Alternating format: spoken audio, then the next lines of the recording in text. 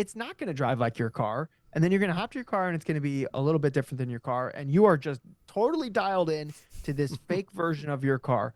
Don't do that. What you should do.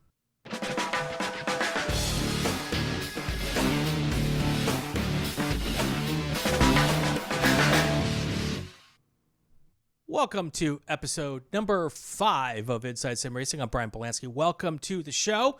Got a great show ahead for us today. Our guest is a racer, autocrosser, and sim racer, DJ Alessandrini. DJ, welcome to the show.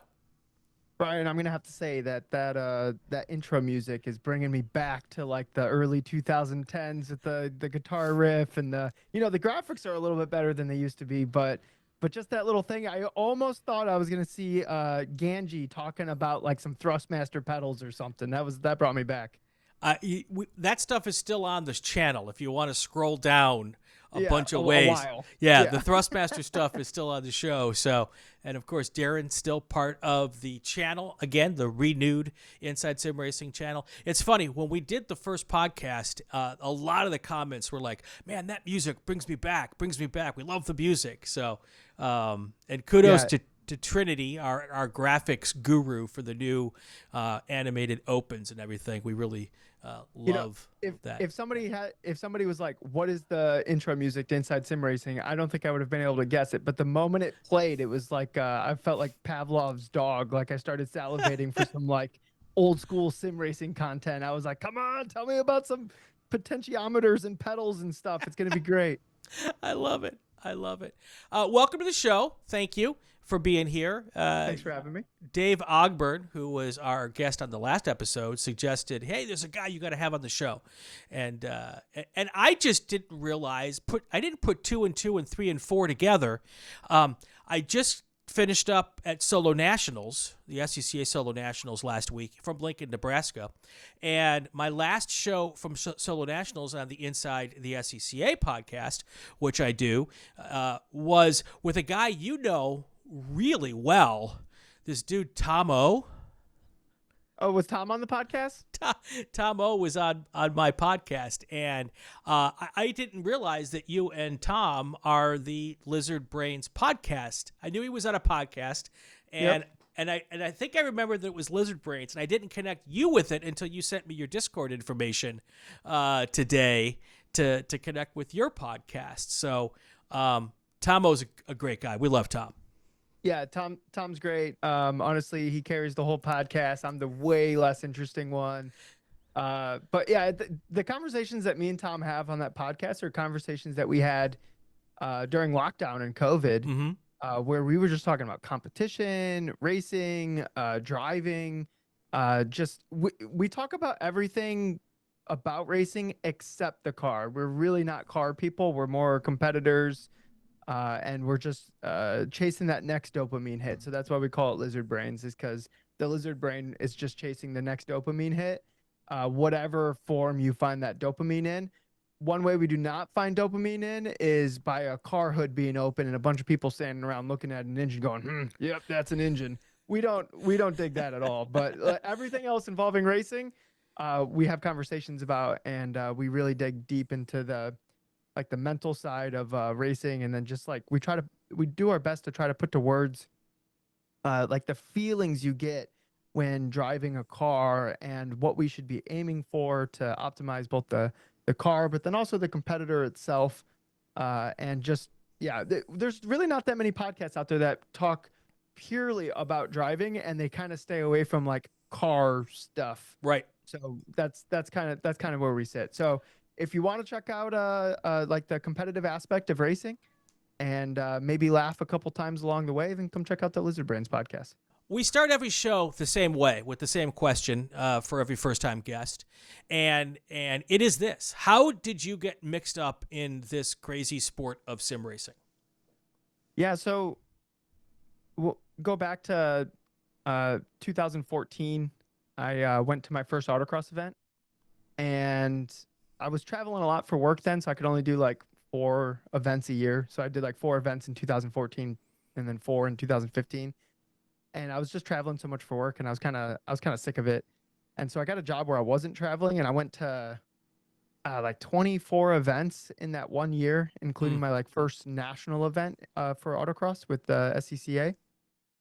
And I felt like I improved so much as a driver. I was also doing like a rental karting league that I was going to the kart track like twice a week, and I just felt like I was improving so much over that, that 6 month period from spring to the end of summer, that the idea of me sitting around and not continually getting better at this driving thing seemed like a giant waste of time. And my buddy Ito at the time sent me a Black Friday deal on a Thrustmaster TX, and it was $300, and normally they were like 450. And I was like, well, I feel like I kind of have to buy it. And I already had a gaming computer, Okay. because I have like a competitive gaming background. I used to travel the country competing in Halo tournaments, Wow. and so I I got this wheel and clamped it to my desk and sat in my computer chair, and I bolted the pedals to a piece of wood so it wouldn't slide around and it would kind of butt up against the wall. Yep. And there was a bunch of autocrossers that were kind of more local, and they would do like these time trials in Assetto Corsa. Okay. And so we would just chase each other's times in Assetto Corsa. And then I found a league on Reddit, and they had data like as part of the server, so you could like click into the stats of the server and you could look at the data of somebody that was Right. faster than you. Right. And that is where I found like leaving weight on the nose to like shorten your time in the corner. And I feel like that was like a pivotal point for my driving, because then I realized that the brake pedal was just so much more than slowing the car down. It just influenced all other behaviors with the car. And since once I got to that point, I basically won every single race that was left in that league for the Assetto Corsa one. And I was like, I need better competition. So I moved over to iRacing, because that's where the best in the world are. Right. And then I got to chase those people around and learn so much from those people. And when I got back to my first autocross event after sim racing, uh, I knew it was working. I was like, oh my God, I feel so much more comfortable in this car. Just I have more bandwidth. Like just the driving the car is Yeah. easier. I can use my brain for other activities that involve that's involved with this competing in a car thing. Like just driving the car is not like that's part of it, but that's not a lot of it. Like I have to come up with fix a couple mistakes run to run. I have to be able to replay the run in vivid enough detail in my head where I know the places that I need to make adjustments, stuff like that. And yeah, 2017, I did like 30 some events, won my first national event, and then went to nationals and got completely crushed because I didn't know OPR was a thing. Mm. Uh, so then that bad feeling got channeled right back into sim racing, and I just went nuts on sim racing. I was participating in this sim competition that was Okay. hosted by Winding Road Racing, Okay.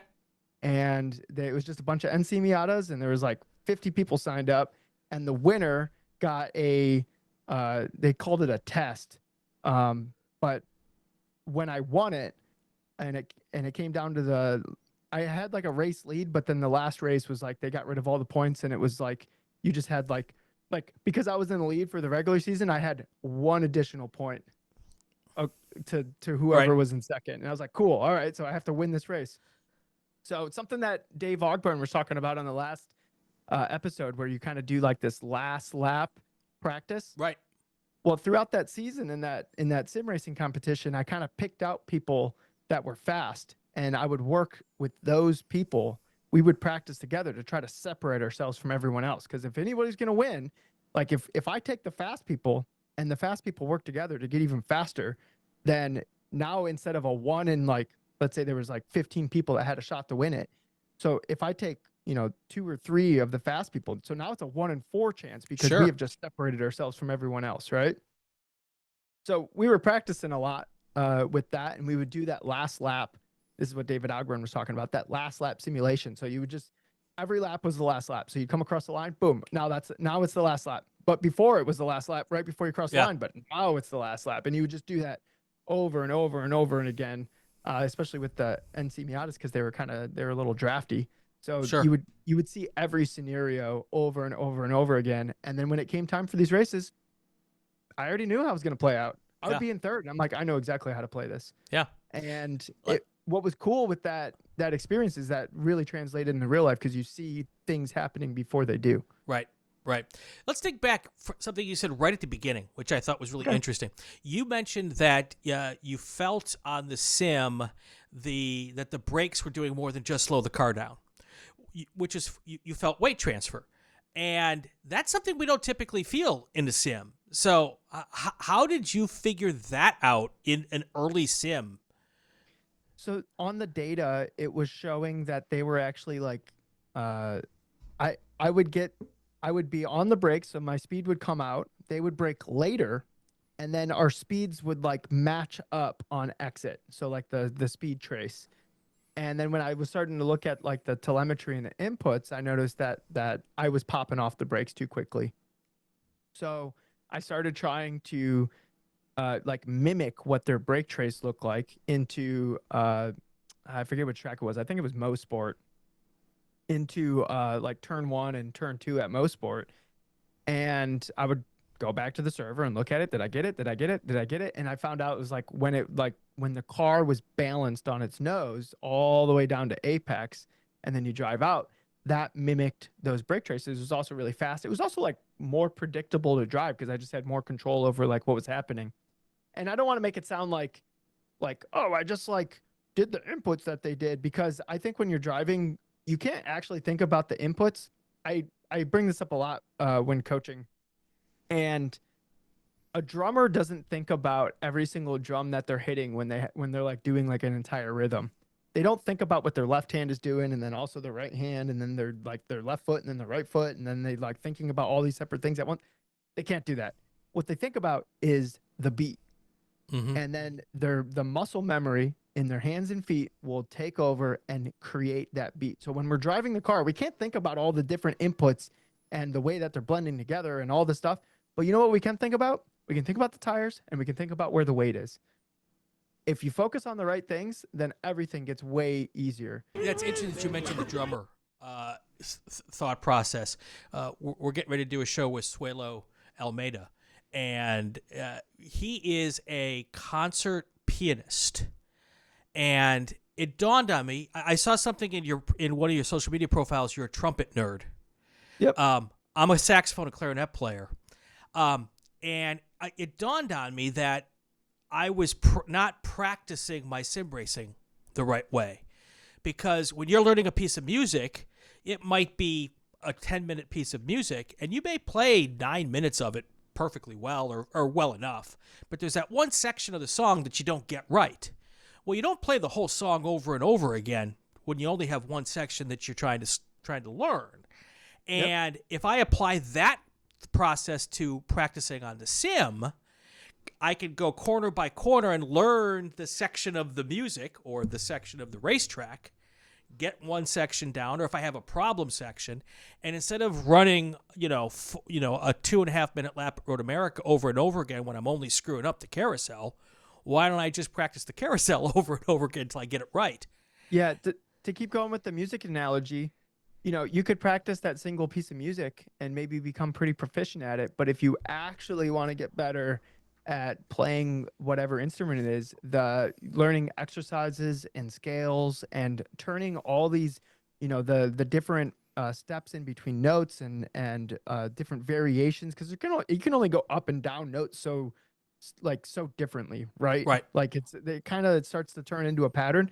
So the more you're playing through these exercises and these scales, and you just turn those things into subconscious executables, then when you come across that in a piece of music, when you're with your community band and you're looking at a piece of music and you've never played it before, but you've played a scale similar to that before, and it's already existing in like your subconscious mind.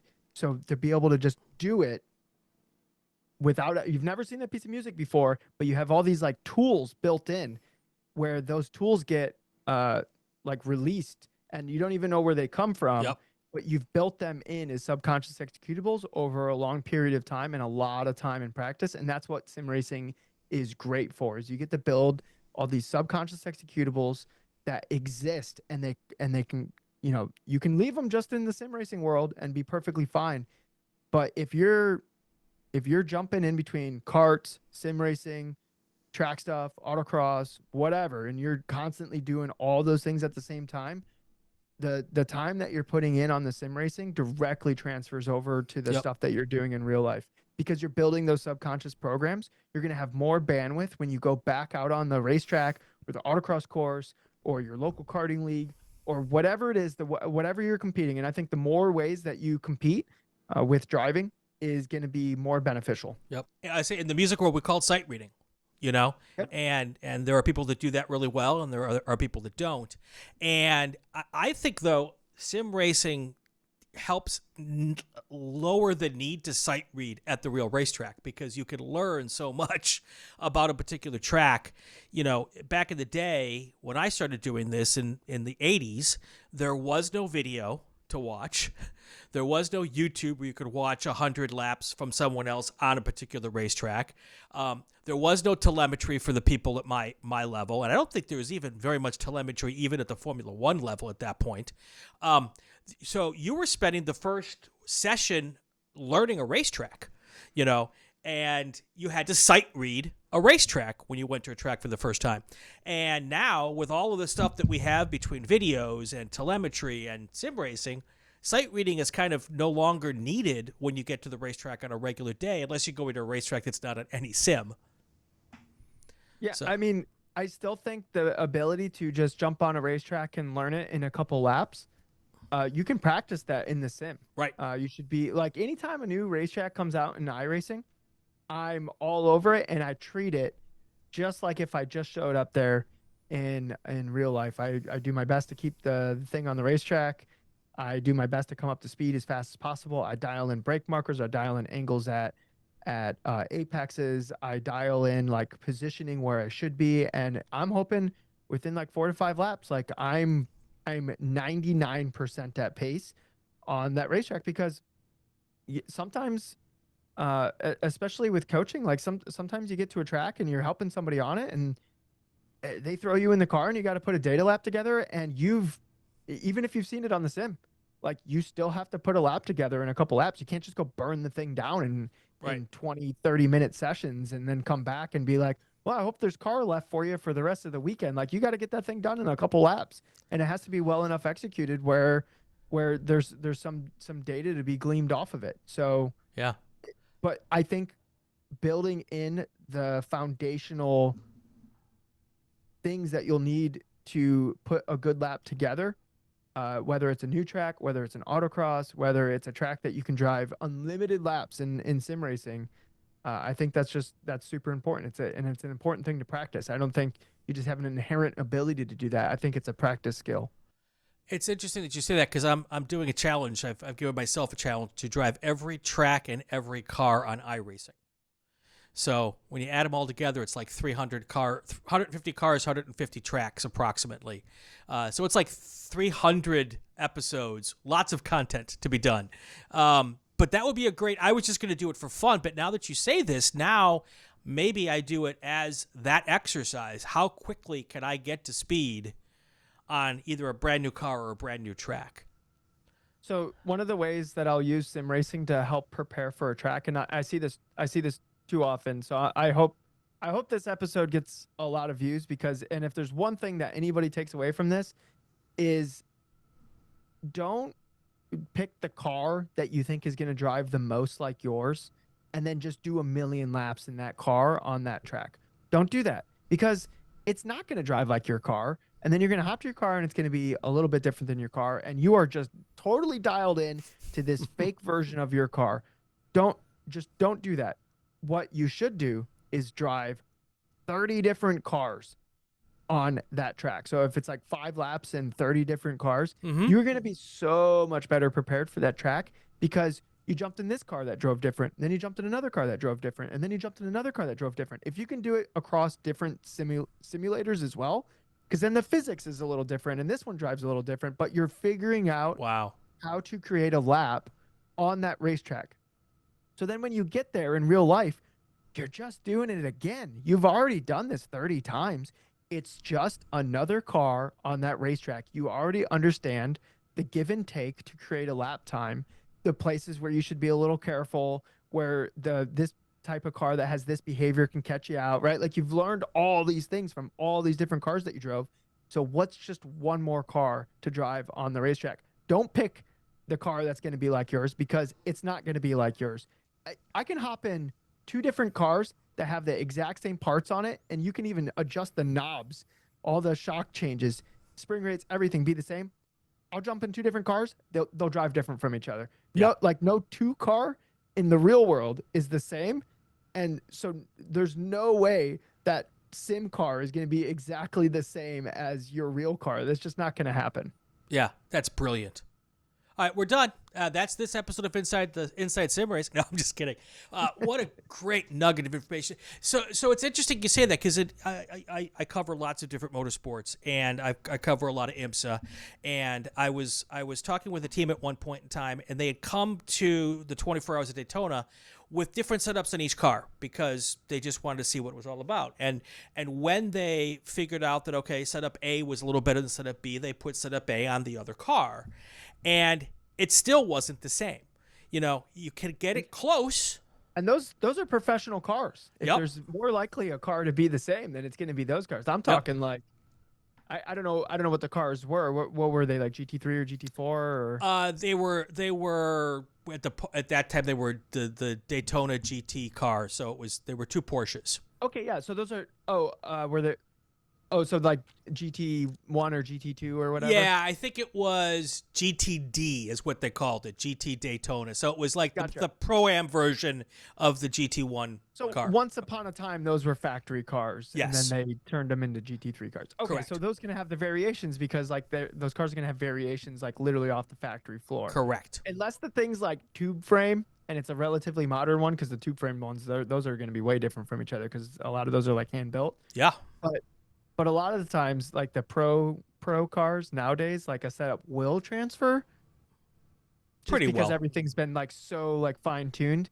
But when it's just a production car that has lived on the road at some point, and now it has like aftermarket parts, shocks don't even dyno the same on the same setting. So like Right. it's literally, it's gonna be impossible to have 2 cars drive basically the same as each other. You're better off just learning how to drive everything on that racetrack, so when you get to your car, you've already driven everything. How much do you play with the setups on your sim cars when you're doing something with the idea of going into a competition? I'll probably have like a window that I like a specific car to be in, and then it'll be like minor changes track to track, unless the track is like really weird. Like, Sure. for instance, Lime Rock is just a weird track. Yeah. So that's going to be a weird setup. But a lot of like, for example, like VIR and Road Atlanta, for whatever reason, those setups end up being pretty similar to each other. So like if I have a Road Atlanta setup and then all of a sudden I'm going to VIR, then I will take that Road Atlanta setup, make whatever like minuscule changes I'll make on it. And really the goal for me when I'm setting up a car is I'm trying to increase the size of the input windows. So I want on entry for the car to be as easy to place as possible. And on exit, I want, I don't want it to be on a razor's edge, because I feel like this is, people mix this up a lot. They'll be like, oh, it's fast, but it's hard to drive. Anytime I hear that, I go, that car's not fast. Because a fast car is a really, really easy car to drive, because it has large input windows and it's forgiving. So the sim team, the endurance team that I play with, they just won their split in the Indy 6 hour. First time ever. I wasn't part of it this race. That's probably why they won. But congrats to them. But we are now practicing for the Petit Le Mans, and we're using the GT3 McLaren, because we feel like that's kind of the easiest of the cars to get your handle around. But when we switched to the Road Atlanta setup and ran it however many times, we said, one of our guys said, well, let's just throw the Indy setup on it and see if that's any better. and it was. My question for you is, was the Indy setup better for us because we've got 1,000 laps on the Indy setup preparing for that race, and we just like the setup? So it depends. Are you grabbing these setups from like Sim Aliens, like off of I like don't. VRS or I like don't know Major's where. Garage, or Yeah. like where the setup's coming from? Because a really fast Road Atlanta setup has it where you just barely have enough aero to survive down the S's. So if you were on a setup like that a different skill level of driver would be driving, and that would be an optimal setup for them. That doesn't necessarily mean that's going to be an optimal setup for you. You would kind of have to understand what makes this setup fast for me. So like maybe you would require a different amount of aero going down the S's at Road Atlanta than some wizard alien driver who is going for like the theoretical like fastest lap that Right. this car can do down the thing. So whatever like the setup that you download doesn't necessarily mean that's going to be the fastest setup for you. And I felt this a lot when I was autocrossing, is that the setup of the car kept changing the better and better I would get at driving, because I would be more efficient having the weight on the nose. So now the car, which felt balanced before, is now too loose because I'm managing the weight on the car better. And it's the same thing in sim racing. Like wherever you're at in your motorsports journey, you're going to be at a different place with what you think is drivable for a car. I think you nailed it right on the head. Indy's got a lot of downforce in that setup. And my guess is that whatever Road Atlanta setup they pulled from wherever they pulled it was very low downforce. Yep. And that is probably just a flat out comfort level of having that extra downforce. And even though it was faster, it's because what we were comfortable with. Yeah. Yep. That makes perfect sense. Just because just because that setup might work for some 10,000 iRating alien doesn't not mean it's going to work for your team. That's an interesting point that you make, because a lot of us don't have time or the knowledge to really build our own setup, so we pull them from a place, and you pull the fastest setup because you want to go the fastest. Is that maybe not the right way to do it? Should we be thinking more about where our skill level is? So a lot of these setup shops, they'll have like a safe variant of it. Okay. Like pick that one because you'll probably be faster in that one. Yeah. But then also try to do a good job of recognizing, hey, we're dying in the fast stuff. What if we just threw more rear wing at it? Would that help? Oh crap! Now it's pushy through turn 12 at Road Atlanta. Okay, maybe we'll throw a little extra front sway bar on it and leave the aero balance the same. Like you can make adjustments to it to like kind of cater it to wherever you need. But then also it can be down to like individual drivers too. Like if you're like, I keep looping this thing on entry, throw some front brake bias at it. Like that will make it easier for you, right? Like a lot of the caveat, both in sim and in real racing, when you're doing endurance racing, is you have to find something that works for everyone. And a lot of the times, because I like a really pointy nose on entry, a lot of times when I'm doing endurance racing, I'll have to move the brake bias back just to get that. Now the car drives not like super ideal, and that does make my input window a little bit smaller, but it allows me to drive the car in a way that I want to drive it, while my teammates have a car that isn't going to kill them, right? Yeah, exactly. If my teammates die in the car, then all of a sudden I'm not having any fun. Right. So I don't want I want to have fun. The lizard brain wants to have fun. So Absolutely. You talked about your first sim, the Thrustmaster with the pedals to the board, which is actually very similar to what I did. Tell us real quick about what you're racing on now. Yeah, I mean, it's kind of just like pieced together just through random deals and different competitions. Probably like the fanciest thing I got. If you look right here, this is the 57-inch Samsung G9. I had a 49-inch for a while, but I was just like, the 57-inch. I got a killer deal on it. It came with another monitor and it was more than half off. I knew somebody that worked at Samsung and it was Black Friday, and I was like, oh dang it, guys! Now I have to buy it. So I had to spend money. Yeah. And then I honestly find that the SimMagic Neo X Hub or whatever is super solid for what it costs. It's only like $270. And then I just threw rip, turn. That's not a thing anymore. The guy shut down the business, but they made these really great lightweight sim racing wheels. Okay. And the weight matters because then you just get more information through the wheelbase. So if you can find like a lightweight like sim wheel, or just the rim, that's probably the better way to put it.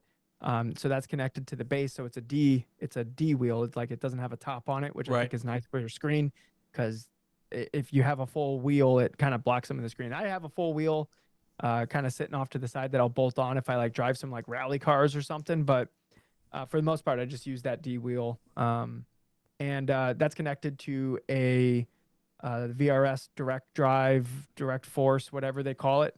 I was at a competition in Chicago. They have like a LAN center, but it's just a bunch of sim rigs. I think it's called Sim Racing Chicago. And I, after the competition, so I kind of just locked into like one rig. I had Fanatec V3 pedals like mine. Okay.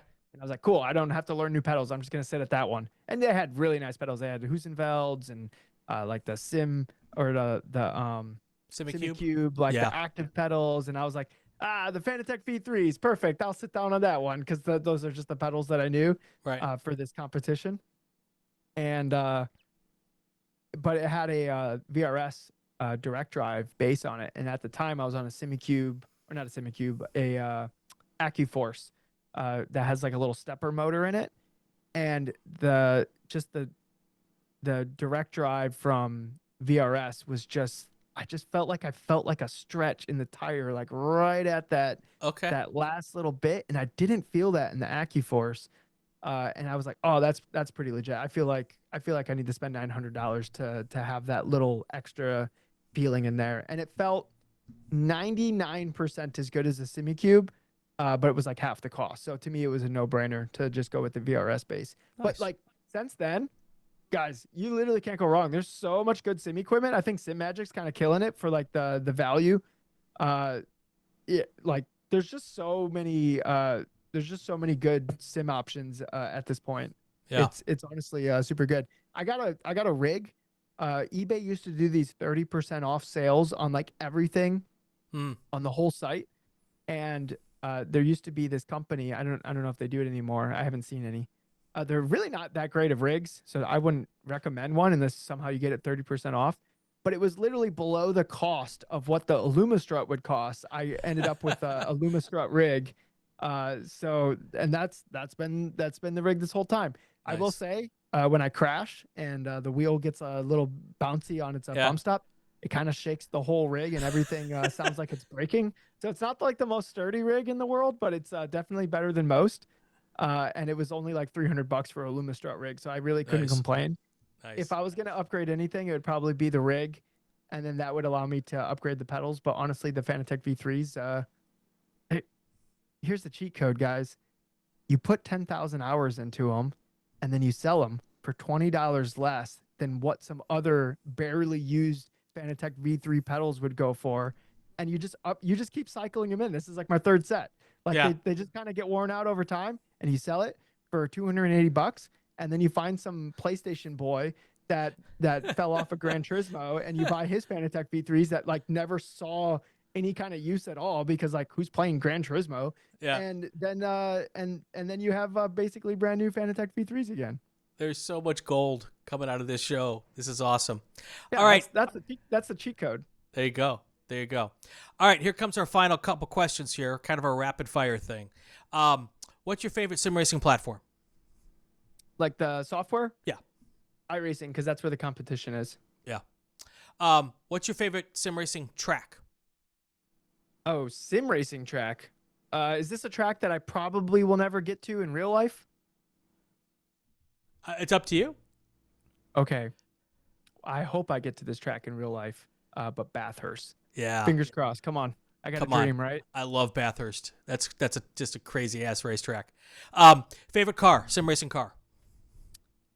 Ooh, probably the Porsche Cup. Okay. I think it just teaches all the right things. I think if you can drive a Porsche Cup fast, you can basically drive everything fast.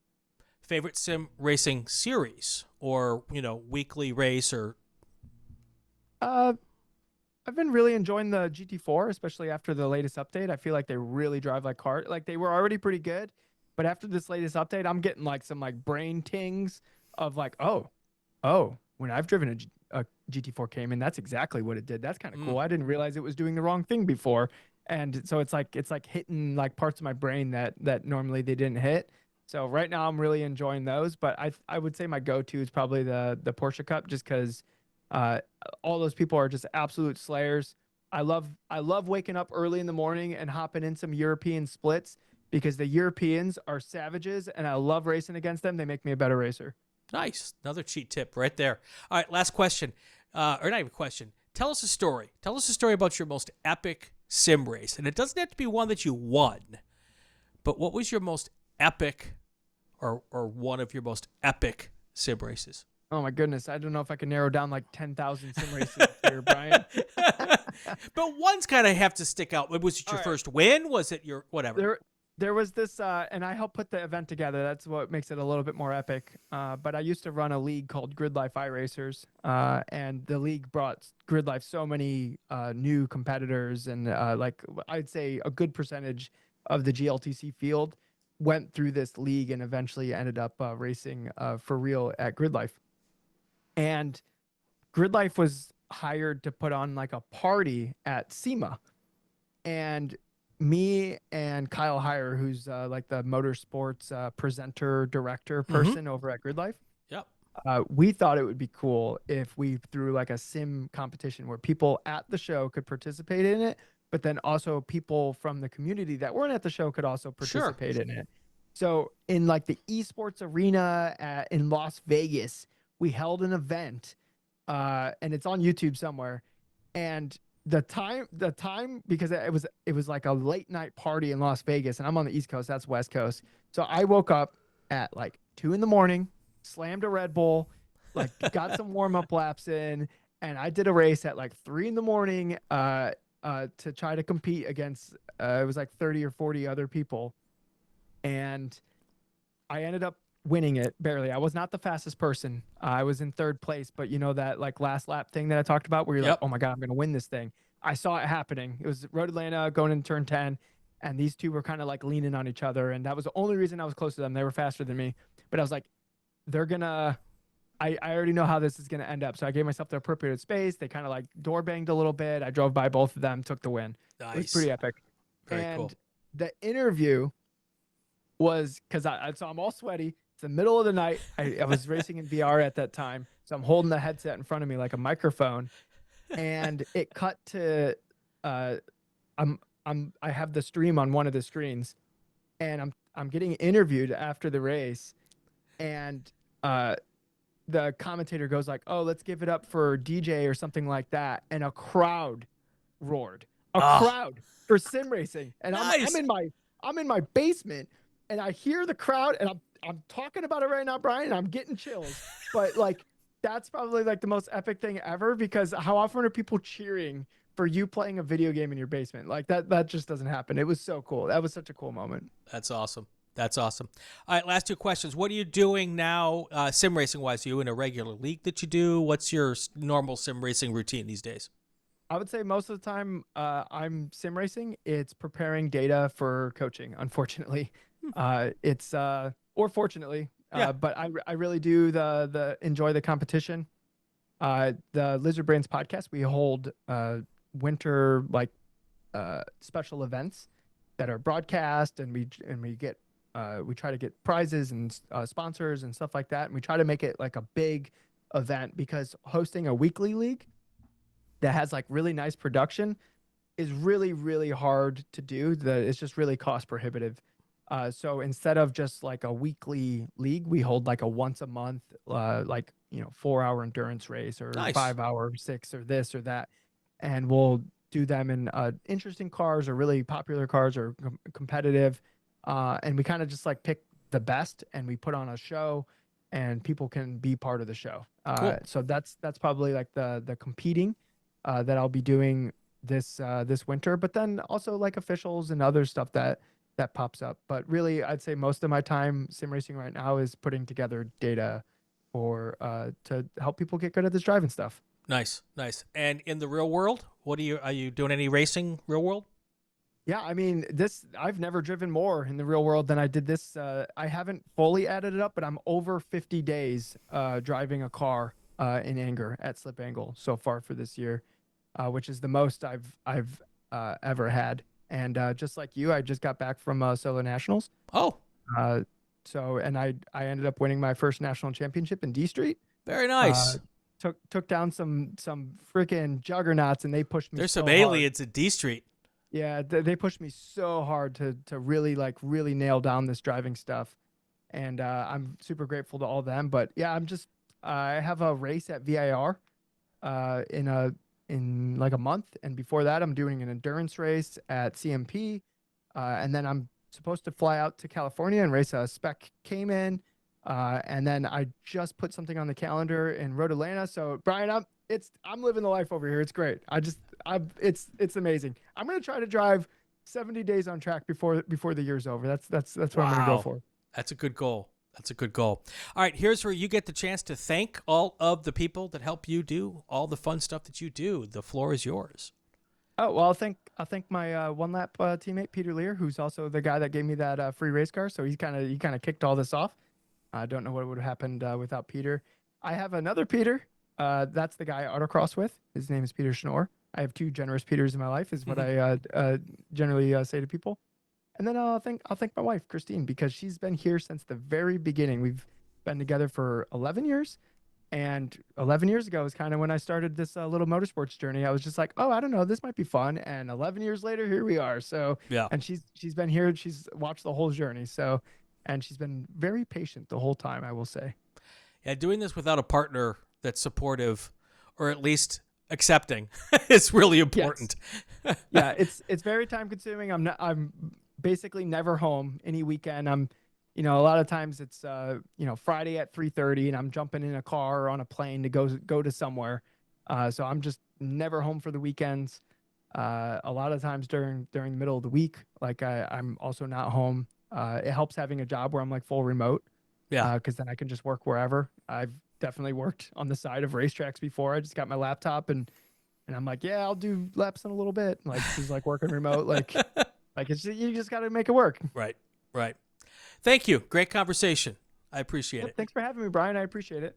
Awesome. Awesome. All right, that's going to do it for this episode of Inside Sim Racing. I'm Brian Bielanski. If you enjoyed what you saw, click subscribe. There's a bunch of other great stuff on the Inside Sim Racing channel. Check it out. New content coming every week. Lots of new content coming every week. I also want to take an opportunity to thank my partners, Sim Motion. You can get some information from them. Click on the link in the show notes, as well as Full Send Sims. They are my sim rig partner as well. Can't do all of this without all of their help. We have a new episode next week. I'm Brian Bielanski. Have yourself a great week and go drive a sim.